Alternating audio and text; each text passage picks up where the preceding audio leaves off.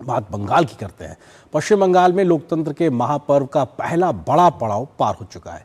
16 जिलों की 152 सीटों पर 90% वोटिंग से ज़्यादा वोटिंग देखने को मिली है। ये संकेत देता है कि बंगाल की जनता इस बार भी सियासी लड़ाई को लेकर बेहद उत्साहित नजर आई। एक तरफ रिकॉर्ड मतदान हुआ तो दूसरी तरफ आरोप प्रत्यारोप और छुटपुट हिंसा, कहीं लंबी कतारें तो कहीं टकराव की खबरें। वीरभूम में केंद्रीय बलों पर भी हमला करने की तस्वीरें सामने आई।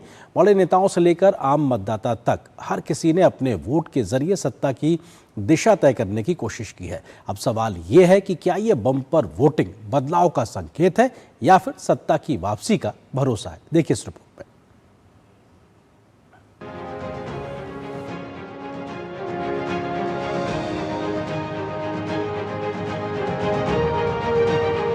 बंगाल में बीजेपी या ममता, किसे चुनेगी जनता? 152 सीटों पर दंगल, किसका होगा मंगल?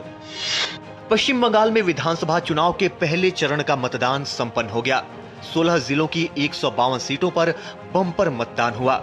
84 ऐसे सीटें हैं पहली चरण में, जिसमें शाम 5 बजे के भीतर ही 90% से ज्यादा मतदान हुआ। पश्चिम बंगाल विधानसभा चुनाव के पहले चरण के लिए मतदाताओं में गजब का उत्साह दिखा। लोकतंत्र के महापर्व में जनता ने बढ़ चढ़कर हिस्सा लिया। सुबह से ही मतदान केंद्रों पर लगी लंबी कतारों से संदेश निकला कि लोकतंत्र के इस पर्व में मतदाताओं की जोश काफी हाई है। क्या महिलाएं, क्या युवा और क्या बुजुर्ग, सबने बढ़ चढ़कर अपने मताधिकार का इस्तेमाल किया। तो इस बार सब यूथ मिलके, सब जनगण मिलके एकदम ठान लिया है कि अब इस बार गवर्नमेंट चेंज है। बेटरमेंट के लिए बदलाव तो सभी चाहिए, सभी को चाहिए। आम लोगों के साथ साथ राज्य के बड़े चेहरों ने भी मतदान में बढ़ चढ़कर हिस्सा लिया। टीएमसी सांसद शत्रुघ्न सिन्हा, नंदीग्राम से बीजेपी उम्मीदवार सुवेंदु अधिकारी, ब्रह्मपुर से कांग्रेस उम्मीदवार अधीर रंजन ने वोट डाला और सभी ने अपनी अपनी जीत का दावा किया। यहाँ हिंदू जो हमारी दीदी बहनें रो रहा है, जो इस बार परिवर्तन नहीं होगा तो बंगाल का सनातन खत्म हो जाएगा। पश्चिम बंगाल की जनता ने भारत विरोधी, बंगाल विरोधी भाजपा के खिलाफ वोट करने का मन बना लिया है। लेकिन इस बार भी चुनावी तस्वीरों में उत्साह के साथ साथ बवाल भी नजर आया। कहीं झड़प, कहीं आरोप प्रत्यारोप और कहीं वोटरों को डराने की शिकायतें आई। डराने धमकाने के आरोप की सूचना मिलते ही पुलिस मौके पर पहुंची और भीड़ को हटा दिया। मुर्शिदाबाद के नौदा में मतदान के बीच टीएमसी और हुमायूं कबीर के समर्थकों के बीच झड़प हुई, जिसके बाद मौके पर पहुंचे हुमायूं कबीर धरने पर बैठ गए। उन्होंने कहा कि टीएमसी गुंडागर्दी पर उतर आई है। मामले को लेकर उन्होंने पश्चिम बंगाल पुलिस पर कार्रवाई नहीं करने का आरोप भी लगाया। हालात काबू में रखने के लिए सुरक्षा बलों के जवान पूरे समय अलर्ट पर रहे। हालांकि चुनाव आयोग की कोशिशों की वजह से पिछले विधानसभा चुनाव की तुलना में इस बार बवाल कम हुआ। 21 की तुलना में गुंडागर्दी कम है। उसका बड़ा कारण है कि चुनाव आयोग बहुत स्ट्रिक्ट है। इनकी गुंडागर्दी, इससे कोई नहीं डरता। अब बहुत हो गया तुम्हारा गुंडागर्दी। तो मुझे लगता है कि ये एसआईआर की एक असर है। चुनाव देने के लिए जो व्यवस्था किए गए हैं उसमें लोग तो भाग ले सकते हैं, मतलब गुंडागर्दी कम हो रहा है, इसमें अच्छा लगता है। चुनाव आयोग निष्पक्ष और शांतिपूर्ण चुनाव कराने के लिए पूरी ताकत झोंकती है। संवेदनशील इलाकों में अतिरिक्त सुरक्षा बल तैनात किए गए हैं और हर घटना पर कड़ी नजर रखी जा रही है।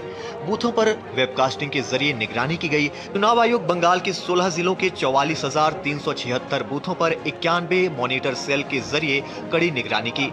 मुर्शिदाबाद के लिए अलग सेल खोला गया। पश्चिम बंगाल के पहले चरण के रण में कुल 1478 उम्मीदवार चुनावी मैदान में हैं। इनमें सुवेंदु अधिकारी, अधीर रंजन चौधरी सहित कई दिग्गजों की किस्मत आज ईवीएम में कैद हो गई। इस बार चुनाव में मुख्य लड़ाई बीजेपी और टीएमसी के बीच है। पहले चरण का चुनाव दोनों पार्टियों के लिए काफी अहम है। बीजेपी ने पहले चरण की सभी 152 सीटों पर अपने उम्मीदवार उतारे हैं, तो वहीं टीएमसी ने 148 सीटों पर अपने प्रत्याशियों को उतारा है।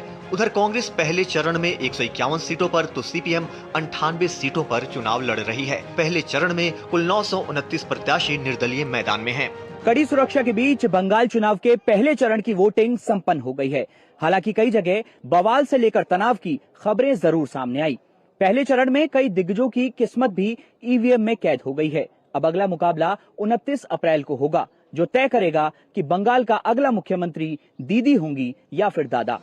पश्चिम बंगाल की सियासी तस्वीर भी काफी दिलचस्प है। एक तरफ ममता बनर्जी अपनी सत्ता बचाने की पूरी कोशिश में जुटी है, तो वहीं बीजेपी बंगाल में सत्ता की दहलीज पार करने के लिए पूरा दम लगा रही है। इस सब के बीच जिस बंगाल में कभी कांग्रेस का दबदबा था, वही कांग्रेस अब अपनी खोई जमीन तलाशने में जुटी हुई है। राजनीतिक समीकरणों के बीच बीजेपी की स्थिति पहले से मजबूत मानी जा रही है। बहरहाल 4 मई को ही पता चलेगा कि कौन फूल है और कौन कांटा। कोलकाता से सौरभ दत्ता, अमरेंद्र गुप्ता और दिवांशु मल्होत्रा के साथ ब्यूरो रिपोर्ट, डीडी न्यूज।